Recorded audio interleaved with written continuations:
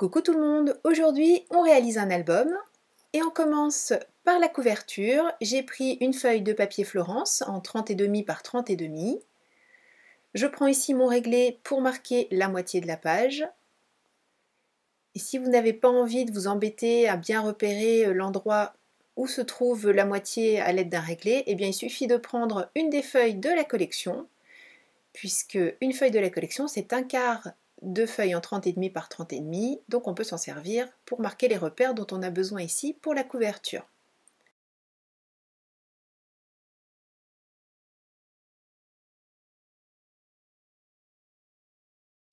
À l'aide d'un massicot, je fais la marque, je suis une des marques pour faire un pli. Je fais en sorte de bien faire coïncider mes deux bords de page. Et le simple fait de doubler l'épaisseur du papier Florence va nous permettre de réaliser une couverture qui tient vraiment bien son rôle, vous allez le voir. Le repère du milieu qui est ici, on ne va pas tracer dessus, mais on va tracer 1 cm à droite et 1 cm à gauche pour que la tranche de notre album, vous l'avez compris, fasse 2 cm. Ensuite, c'est à nouveau un jeu de pliage, en faisant bien attention chaque fois de plier les deux épaisseurs de la couverture. Et on aurait pu laisser comme ça, mais ça aurait été dommage, on aurait vu les bords, ça n'aurait pas fait une finition très soignée. Donc toujours avec la bille à gaufrer de mon massicot, je fais des pattes de collage de 1 cm tout autour de la couverture. Donc vous l'avez vu, c'est quelque chose de très facile à réaliser, même si là ça paraît un petit peu entre guillemets compliqué, ça ne l'est absolument pas. Et de cette manière, vous allez obtenir une couverture tout à fait solide, juste avec une feuille de papier et quelques plis. Avec une paire de ciseaux, je découpe les angles de manière à ce qu'une fois plié, tout soit parfaitement terminé.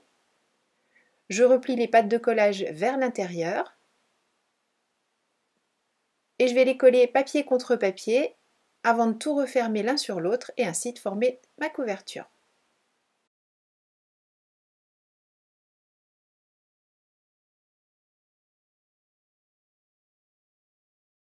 De cette manière, on obtient une finition vraiment soignée, on renforce encore tous les bords de la couverture. Il ne reste plus qu'à coller ces deux demi-couvertures l'une sur l'autre et pour ça, cette fois-ci, j'utilise du score tape, c'est du 3/8. J'en mets bien tout au bord de ma couverture, ça fait exactement la largeur des pattes de collage de 1 cm.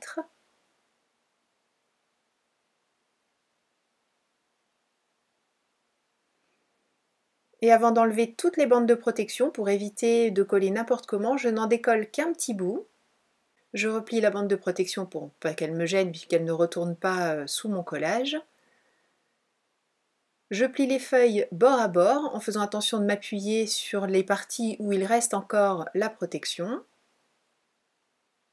Et une fois que je suis sûre de moi, je finis d'enlever la bande pelable et je fais adhérer le tout pour fermer mon collage. Ensuite, avec mon plioir, je finis de bien marquer les plis partout et ma couverture est prête. Toujours dans le même papier Florence, j'ai découpé une page supplémentaire que je vais coller là aussi à l'aide du même score tape que tout à l'heure puisque la patte du milieu, enfin la bande du milieu fait 1 cm, donc exactement la largeur de mon score tape. Là aussi, je n'enlève qu'une partie de la bande de protection. De cette manière, je peux positionner la page à l'endroit qu'elle occupera définitivement après. Et une fois que je suis satisfaite de la position, je peux enlever le reste de la bande de protection. Et de cette manière, j'assure un collage parfait, tout à fait aligné et sans difficulté. Dans chaque intérieur de couverture, je vais ajouter 2 pochettes en triangle. Pour ça, je coupe un carré.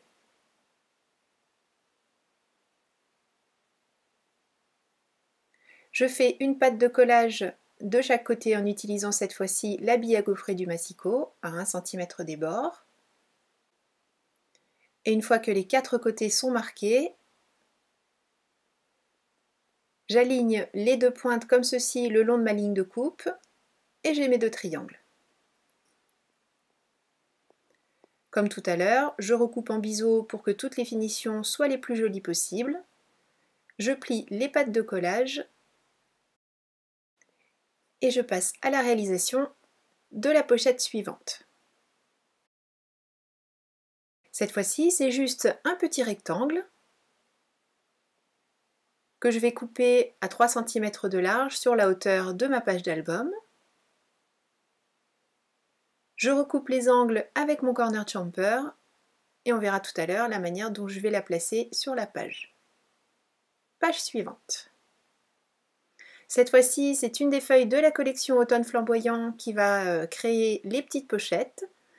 Je recoupe cette page en laissant une marge tout autour, c'est pour ça que je mesure à peu près, mais dans le descriptif, je vous rajoute bien sûr toutes les dimensions exactes à couper.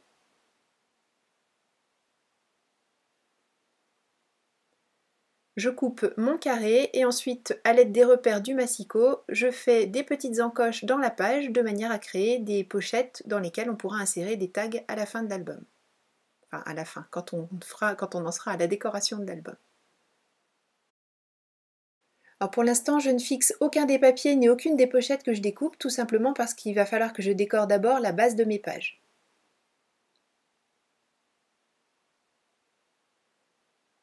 Pour cette prochaine déco, j'ai coupé un carré. Une fois de plus, bien sûr, vous avez toutes les dimensions dans le lien sous la vidéo. Pour réaliser les encoches, j'utilise tout simplement l'intérieur de mon rouleau de score tape, mais vous pouvez utiliser absolument n'importe quel cercle, pourquoi pas un die aussi si vous le souhaitez. Je ne fais qu'un des deux repères.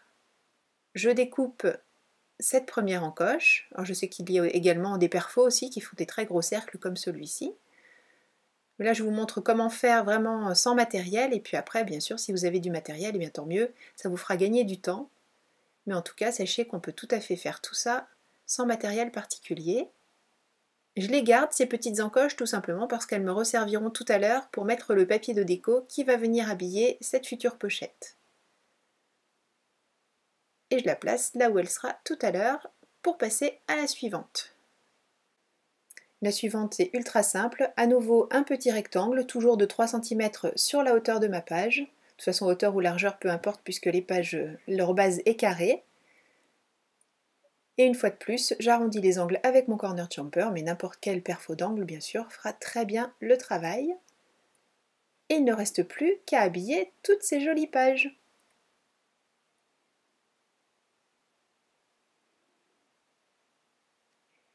J'ai choisi au fur et à mesure les feuilles que je souhaitais dans la collection Automne Flamboyant, sachant que c'est pas très compliqué puisqu'en fait je les aime toutes. Donc avant de les coller, juste la petite précaution, un petit peu d'encre. Moi j'ai choisi le coloris Walnut Stain. Avant de coller mon papier, je nettoie ma plaque de verre pour éviter de salir tout l'arrière de l'album bien sûr. Et ça c'est une petite précaution à prendre après chaque ancrage pour éviter de salir ce que l'on vient de faire.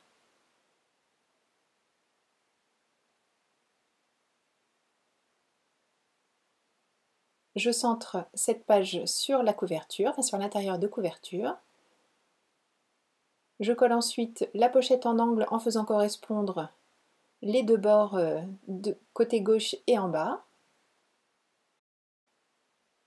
Et je coupe ensuite un triangle un tout petit peu plus petit que celui-ci dans du papier de la collection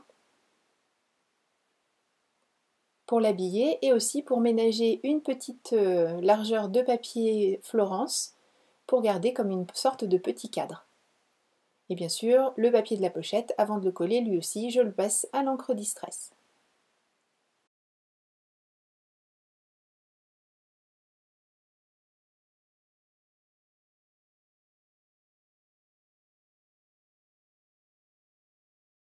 Pour habiller la page d'à côté, j'ai choisi exactement le même papier que celui qui est à l'intérieur de la couverture.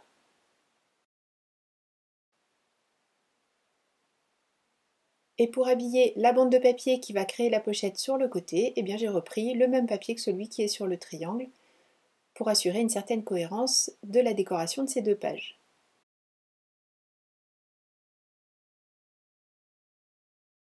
Pour la page suivante, celle dans laquelle on a fait les encoches, il faut faire attention à là où on met la colle en fait, il faut éviter de coller l'arrière des pochettes, donc je n'en ai mis que sur le haut de la page, celui qui va rester complètement collé à la base, et sur les 3 côtés autour pour fermer les pochettes, mais faire en sorte qu'on puisse toujours glisser des choses dans les petites encoches. Pour cette page, eh bien, on ne va pas gaspiller une feuille entière, on va utiliser des chutes de ce qu'on a déjà utilisé pour commencer à décorer l'album, puisqu'on veut juste décorer en fait l'arrière des encoches. Donc j'ai pris des chutes des 2 pages précédentes, je vais les glisser derrière cette pochette.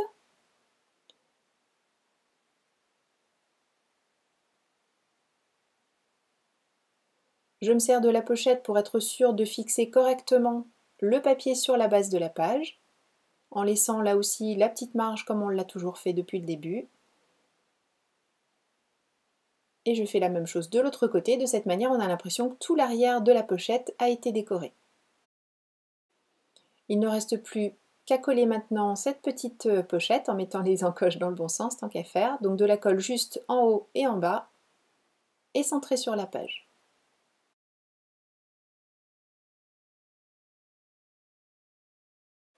Pour l'habillage de cette pochette, j'ai choisi un des papiers de la collection que j'ai recoupé en carré et ensuite je repère le milieu et à l'aide de ce que l'on a enlevé tout à l'heure, je refais le dessin de l'arrondi. De cette manière, je suis sûre d'avoir quelque chose qui s'adapte parfaitement à ce dont j'ai besoin.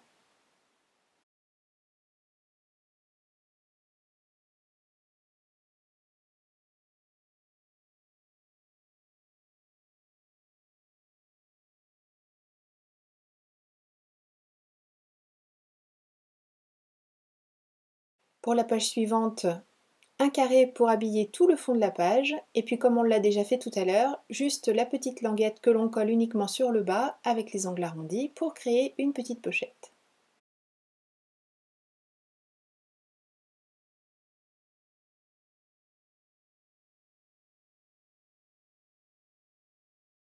Et ici on retrouve exactement le même type d'habillage que tout à l'heure dans le premier intérieur de couverture, si ce n'est que les papiers bien sûr sont différents.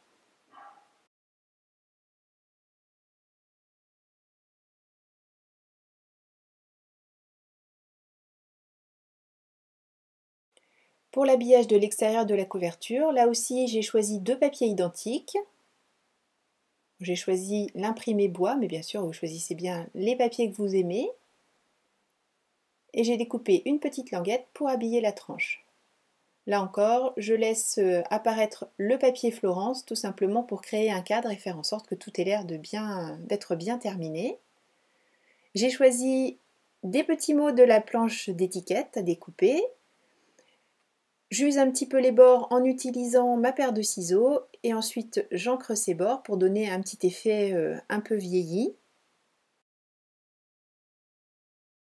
Avant de les coller, je les ai passés à l'encre Distress comme tout à l'heure pour le bord des autres pages. Je les colle avec ma colle nouveau. Et le badge, lui par contre, c'est un badge également Crazy Little Craft bien sûr. Je l'ai collé avec des points de colle double face. C'est tout simplement un rouleau avec des petits points de colle à détacher qui sont super efficaces. D'ailleurs, je me bagarre un petit peu avec eux parce que voilà, ils veulent rester sur le rouleau, mais moi je veux qu'ils viennent. J'en ai mis 3 pour tenir mon badge, faire en sorte qu'il ne bouge pas. De cette manière, je suis sûre qu'il restera bien en place. Pour compléter la déco de ma couverture, j'ai tamponné plein de feuilles de la planche de tampon feuilles d'automne. Je les ai mis en couleur avec mes feutres à alcool. J'ai fait en sorte de créer des couleurs, enfin, d'utiliser des couleurs très flamboyantes, vraiment pour correspondre à cette jolie collection automne flamboyant, rester dans le thème. Et j'en ai parsemé un petit peu partout, sur la couverture devant, sur le côté et à l'arrière. Pour parfaire cette déco, j'utilise le mix de sequins d'automne, en les laissant ces petits sequins soit tout seuls, soit en les superposant pour jouer avec les différentes couleurs qui se marient parfaitement avec la collection. Et j'en ai mis partout sur le devant de la couverture.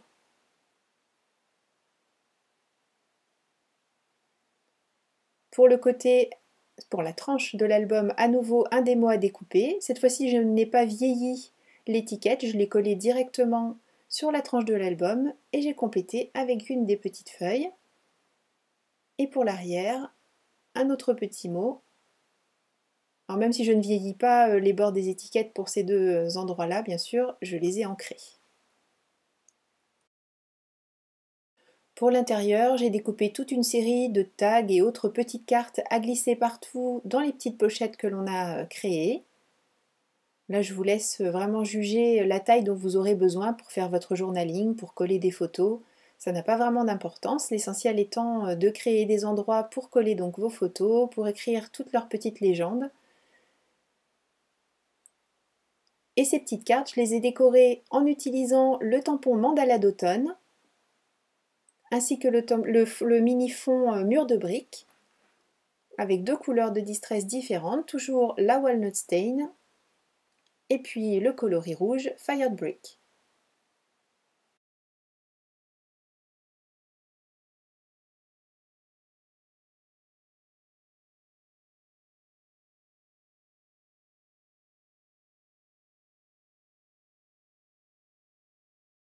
Et ce mini est maintenant terminé, il n'y a plus qu'à le compléter avec vos photos et vos jolis souvenirs d'automne.